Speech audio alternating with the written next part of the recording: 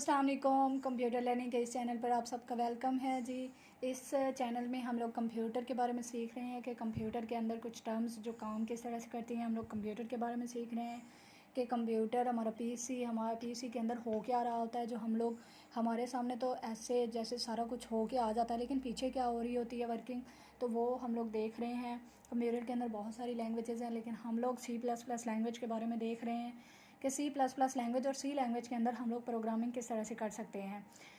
अच्छा, हम लोगों ने लास्ट लेक्चर के अंदर बहुत सारे कंप्यूटर के बारे में बहुत कुछ सीखा है। वेरिएबल्स को डिक्लेयर करना, वेरिएबल को इनिशियलाइज करना, उसके रूल्स डिस्कस किए हैं, ऑपरेटर्स को डिस्कस किया है। उसके बाद हम लोगों ने प्रीफिक्स और पोस्ट फिक्स इंक्रीमेंटल ऑपरेटर के बारे में देखा, उसको प्रोग्रामिंग के थ्रू करके देखा, टाइप कास्टिंग देखी। अच्छा, इस लेक्चर में हम लोग प्रोग्राम कर रहे हैं। लास्ट लेक्चर में हम लोगों ने स्वैपिंग के बारे में प्रोग्राम किया है, लेकिन उसमें हम लोगों ने थर्ड वेरिएबल को यूज़ किया है। अब जो प्रोग्राम हम लोग कर रहे हैं स्वैपिंग इसमें भी है, बट 2 वेरिएबल्स को यूज़ करते हुए, not a third variable allowed. ठीक है, थर्ड वेरिएबल के बगैर हम लोगों ने स्वैपिंग करके देखनी है कि 2 नंबर्स को हम लोग स्वैप किस तरह से कर सकते हैं। स्वैप का मतलब होता है कि वैल्यूज़ को एक्सचेंज किस तरह से कर सकते हैं। एक वेरिएबल की वैल्यू दूसरे वेरिएबल को देकर दूसरे वेरिएबल की वैल्यू हम लोगों ने पहले वेरिएबल को असाइन करनी है, तो वो किस तरह से कर सकते हैं। स्टार्ट करने से पहले मेरी रिक्वेस्ट है कि अगर आप हमारे चैनल पर न्यू हैं तो प्लीज़ इसको सब्सक्राइब कीजिए, हमारी वीडियो को एंड तक देखिए। अगर आपको अच्छी लगे तो लाइक एंड शेयर कीजिए।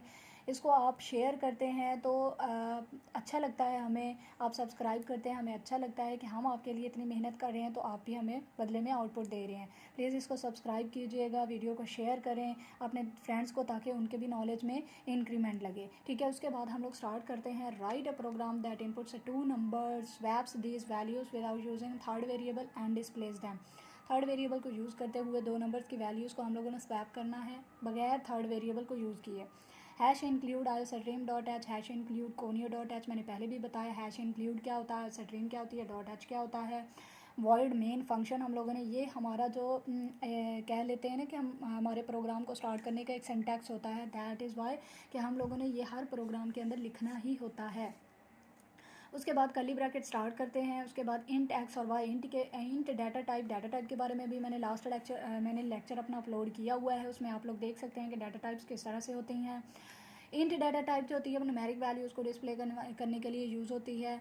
और एक्स और वाई, ठीक है, 2 वेरिएबल्स मैंने ले लिए हैं। क्लियर स्क्रीन का फंक्शन मैंने यूज़ किया है, अब ये भी मैंने बताया हुआ है कि ये किस लिए यूज़ होता है। उसके बाद सी आउट एंटर फर्स्ट वैल्यू, ठीक है, फर्स्ट वैल्यू को मैंने यूज़र से रन टाइम पर लिया है। इनपुट का मतलब मैंने पहले भी आपको लास्ट लेक्चर में बताया कि इनपुट का मतलब होता है यूज़र से रन टाइम पर वैल्यूज़ को लेना, यानी जब प्रोग्राम हमारा एग्जीक्यूट होना स्टार्ट हो जाता है तब यूज़र से हम लोग वैल्यूज़ लेते हैं। फर्स्ट वैल्यू है, सपोज़ करें मैंने फर्स्ट वैल्यू जो है वो 5 ली है एंड एंटर सेकंड वैल्यू मैंने 2 ले ली है। ठीक है, सेकंड वैल्यू मैंने 2 ले ली है। फर्स्ट वैल्यू जो है वो मेरी एक्स के अंदर स्टोर है, सेकंड वैल्यू मेरी वाई के अंदर स्टोर है। ठीक है, सी इन इसलिए किया जाता है ताकि जो इनपुट की वैल्यू आप लोग ले रहे हैं वो इसके अंदर स्टोर हो जाए। सी इन का मतलब ये होता है सी आउट इनपुट वैल्यूज़ आर। अब जब कंट्रोलर हमारा या कंपाइलर हमारा इसकी तरफ आएगा, इसके अंदर कोई एरर नहीं होगा, तो एज इट इज़ इसको प्रिंट करवा देगा। मैंने पहले भी बताया लास्ट लेक्चर में कि डबल कोट्स के अंदर जो कुछ भी लिखा हुआ था वो एज इट इज़ प्रिंट हो जाता। अब इनपुट की तरफ चला जाएगा और यहाँ पर इनपुट्स जैसे लिखा हुआ है वैसे ही। अब आप अगर यहाँ पर इनपुट लिखा है तो यहाँ पर आप इनपुट्स नहीं लिख सकते हो। उसकी वजह क्या है कि आपने यहाँ पर डबल कोट्स के अंदर ये प्रिंट करवाया इनपुट वैल्यूज़, ठीक है। और अब वैल्यूज़ कौन कौन सी हैं एक्स और वाई के अंदर जो कुछ भी पड़ा है। एक्स की वैल्यू कितनी है 5 और वाई की वैल्यू कितनी है मेरी 2। अब ये साथ साथ प्रिंट करवा देगा। उसकी वजह क्या है कि आपने दरमियान में स्पेस या कॉमा वगैरह नहीं करवाया है। उसके बाद एंड लाइन कॉमा किस तरह से हम लोग प्रिंट करवा सकते हैं 2 वैल्यूज़ के दरमियान में, वो मैंने लास्ट लेक्चर में आपको बता दिया स्वैपिंग वाले प्रोग्राम के अंदर। ठीक है, उसके बाद एंड लाइन की तरफ चला जाएगा हमारा कर्सर, जो यहाँ पर था अब वो यहाँ पर आ जाएगा। उसके बाद यहाँ पर आएगा तो x प्लस वाई, एक्स और वाई की वैल्यू को ऐड करेगा। एक्स की वैल्यू है जी 5 जो यहाँ पर मैंने लिए है, प्लस करेगा 2। वाई की वैल्यू को 5 + 2 कितना हो जाएगा जी 7। एक्स के अंदर 7 स्टोर हो जाएगा। अब यहाँ पर आएगा, अब एक्स की वैल्यू जो है वो 7 है हमारे पास, याद रखिएगा। पहले एक्स की वैल्यू 5 थी, लेकिन अब एक्स के अंदर एक्स और प्लस वाई की वैल्यू स्टोर हो गई है, 7 बन गया।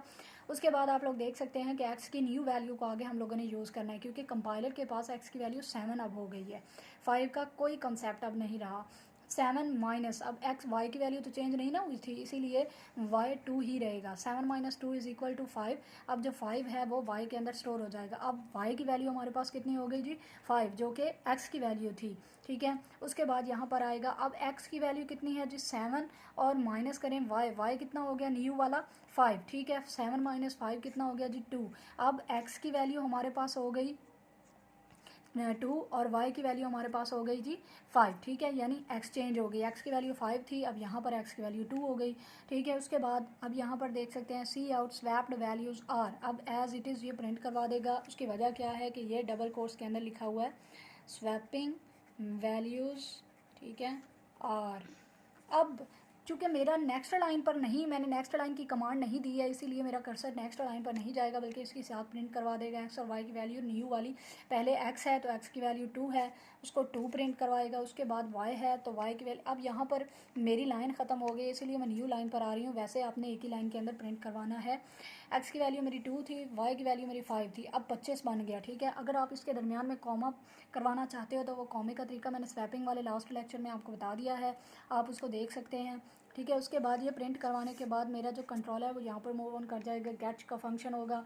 गेट का फंक्शन ऐसा फंक्शन होता है जो आपके आउटपुट को कुछ देर स्क्रीन पर रखने के लिए यूज़ होता है। उसके बाद कर्ली ब्रैकेट एंड के साथ हमारा प्रोग्राम जो है वो एंड हो जाता है। उम्मीद है आपको ये लेक्चर समझ में आया होगा। अगर ये वीडियो अच्छी लगी है तो इसको लाइक एंड शेयर कीजिए। एंड पे हम फिर से कहने लगी हूँ कि ये आपका प्यार होता है, ये हमारी मेहनत का आप हमें सिला दे रहे होते हैं कि आप हमारे चैनल को सब्सक्राइब करें प्लीज़। और thank you so much for watching this video. अल्लाह हाफिज़।